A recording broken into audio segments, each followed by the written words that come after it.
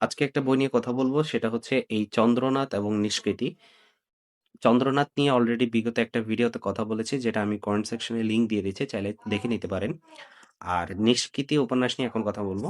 তো যারা স্টার জলসা এবং জি বাংলার নাটকগুলো দেখতে পছন্দ করেন, তো এই নাটকগুলোর মধ্যে কি হয় বা আমরা কি দেখতে পাই একটা কমন জিনিস। ওই নাটকগুলোর মধ্যে আমরা দেখতে পাই একটা একান্নবর্তী পরিবার। একান্নবর্তী পরিবার মানেটা কি? যেই পরিবারে চাচা, চাচী, ভাই, বোন, তাদের স্বামী, স্ত্রী সবাই একসাথে থাকে এবং তাদের সন্তান-সন্ততিরাও থাকে।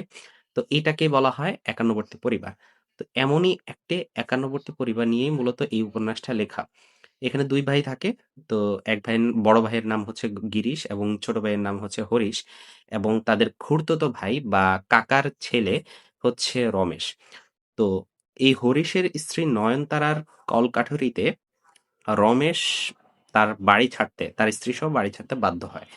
তো তারা তাদের গ্রামে অত্যন্ত দীনতার সাথে দিন পার করতে থাকে। তো এই ব্যাপারটা একদিন যখন গিরিশ তাদের বাড়ি গিয়ে দেখতে পায়, তখন তিনি নিজে নিষ্কৃতি পান, রমেশ এবং শৈলজাকে নিষ্কৃতি দেন। কিসের থেকে নিষ্কৃতি দেন, কেন নিষ্কৃতি দেন, কিভাবে নিষ্কৃতি দেন, সেটা জানতে হলে অবশ্যই বইটা পড়তে হবে।